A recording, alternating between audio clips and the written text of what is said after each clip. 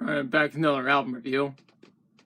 Today's review is on 4, Revenge of the Vengeance by Psychostick. This is the fourth studio album from Psychostick, and it's their first album where the lineup remained unchanged. The album was self-produced with help from Patrick R. Murphy, aka Murph. And Josh Key did the mixing and the engineering. One thing I should mention is that Murph got in contact with my dad to set up an interview with Rob Kersey on March 11th of this year. The interview took place on March 14th. More on this later. What's interesting is that the album was crowdfunded through Indiegogo.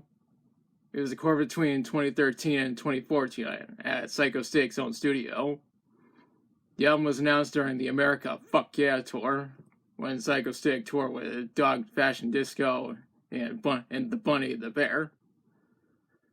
And they played the song Quack Kills in order to promote it. We'll get back to Quack Kills when I discuss the songs. September 18th, 2014 was when Psychostick announced during a webcast the album was called 4, Revenge of the Vengeance, and they started taking pre-orders for it. The album was released on November 14th, 2014 through Rock Ridge Music. However, this will be the last album from Psychostick to be released through Rock Ridge Music. We'll get back to this later. Now let's talk about the songs. This album starts with Revenge of the Vengeance. It's a skit that plays out like a movie trailer in order to get the listeners excited for what's to come. It's pretty funny, and it starts the album off quite well. Up next is Obey the Beard. This is actually the second single from this album. The single was released on November 5th, 2013. That is almost a year before the album was released. Of course, the song is all about beards. And the funny thing is that Alex Dontre is the only member of Psychostick who doesn't have a beard. And the song mentions some famous people with beards. Notable examples include Dimebag Darrell, Abe Lincoln, and the guys from ZZ Top. I can name some famous people with beards, such as Keanu Reeves and Michael Stevens. Those guys have awesome beards. There's also a music video that was made, and I'll post a link to it in the description. As an added bonus, the song even features Jamie Dulles, who happens to be Matty Resmick's grandmother. After that is President Rhino.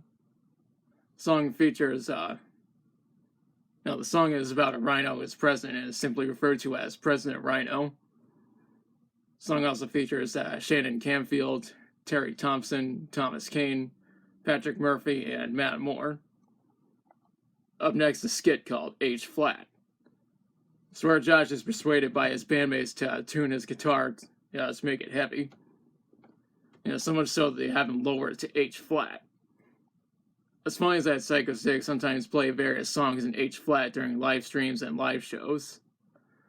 It's also the shortest track on the album at 20 seconds long. That leads into the next song, which is called So Heavy. The song was made as a satire on deathcore music by making fun of how heavy it is, the use of all the breakdowns, the screaming, and the guitars being down-tuned to sound extremely low. The song also touches upon metalcore. A music video was made for the song, and I'll post a link to it in the description. The next song is called Dogs Like Socks. This was the first single from this album. The single was released on January 13th, 2013. The song, this is a song that Psychostick regularly played during live shows and live streams. What's funny is that someone once made a joke saying that Psychostick are furries because of the song's lyrics. The music video was made for the song, and I'll post a link to it in the description.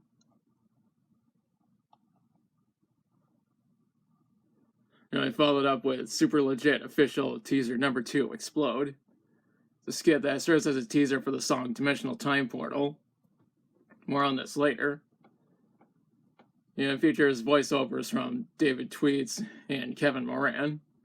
And also featured on Revenge of the Vengeance.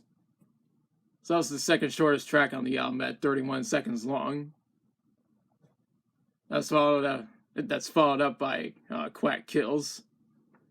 The song is about the fictional phobia called Nsfw. Nsfw. I think that's how you say it. and it's a fear about being watched by a duck. As an added bonus, the new features Joe Beretta as a therapist. After that is Blue Screen, which is about losing everything that's on your computer. Interestingly enough, the song mentions G-Parted. I can relate to the song because the same computer crashed on me twice, and I lost everything both times. I feel this will happen again with the piece of shit computer that I have now. I need a new one at some point. It's also the second longest song on the album at 4 minutes and 37 seconds long. Up next is Nsfw. The song stands out, contains about 400 uses of the word fuck. As for comparison, Killing in the Name by Rage Against the Machine uses that word about 17 times. Hot Dog by Limp Bizkit uses it 46 times. And Y'all Want a Single by Korn uses it 65 times. Here comes Psychostick with Nsfw, which uses the word fuck over 400 times. Why did they do this? I think a better question is, why the fuck not? The song is the main reason why this is the album, why this album is the one that I've listened to that has the most use of the word fuck. One part of the song features Bill Manspeaker, Green Jello, and this makes the song even funnier. After all those fucks, it all ends with the word shit. And after that is a cover of the song Danger Zone by Kenny Loggins. I've heard the original version of the song countless times, and it's a great song. No surprise there, since it's from Kenny Loggins. What Psychostick decided to do is what they do best: metal the shit out of it. Personally, I think this cover is even better and more awesome than the original version. There's also a music video that was made, and I'll post a link to it in the description. He followed up with New to the Neighborhood, the skit where Bill Manspeaker is introduced to his new neighbors. The skit is fucking hilarious, and Bill says a lot of funny shit. It even features Lori Wilmer and Patrick Murphy. And it leads into the next song, which is called Loath Thy Neighbor. The idea of the song is written for Indiegogo donor Nick Belyoung, since he came up with the concept, and I think that's pretty awesome. It's also the longest song on the album at 4 minutes and 57 seconds long. Next song is called Awesome. The song is about stuff that's fucking awesome, stuff that isn't awesome, and stuff that's sort of awesome.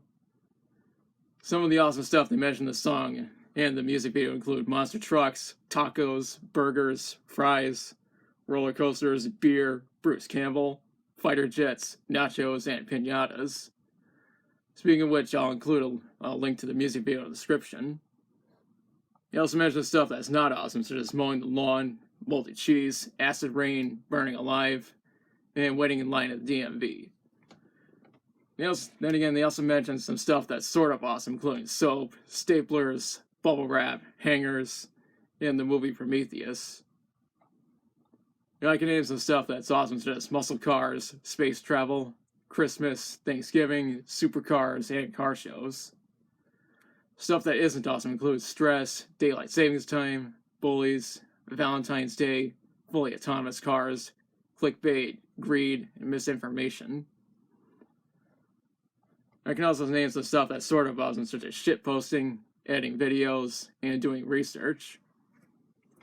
Not only is this my favorite song on the album, it's also my overall favorite song from Psychostick. As that is Choking Hazard. The title of the song is self-explanatory. Matty Resnick and the New York State Department of Health were both given credit for the lyrics. Neil Patterson and Sean Farrell were also credited. Up next is Fight to the Death. Whereas the song is about fighting to death, fighting to the death over various things, including the last piece of pizza, the last beer, and getting the mail. Followed up with Bruce Campbell. As the title implies, it's a song about Bruce Campbell, and the concept was by Nick Belyoung.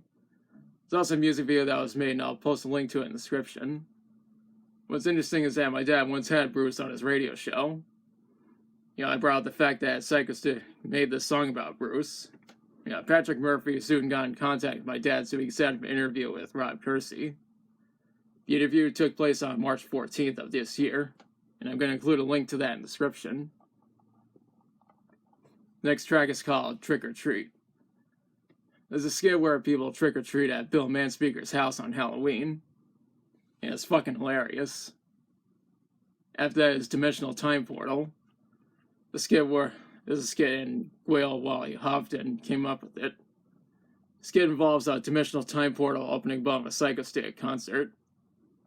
It features Magda Kasak, Amanda Doliga, Rob Nichols, Patrick Murphy, Matthew Kuchta, Sheena Perez, Jen Radakovitz, and the audience of Dirt Fest 2014.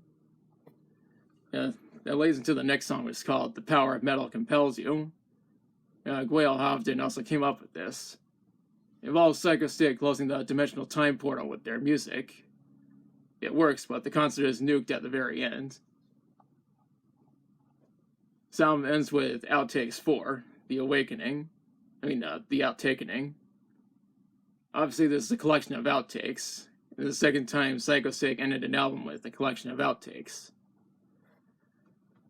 Now, I mentioned earlier this is the last album that Psychostick released through Rock Ridge Music since their contract expired in either late 2014 or early 2015. I don't know the exact date. If anyone knows, be sure to let me know in the comments.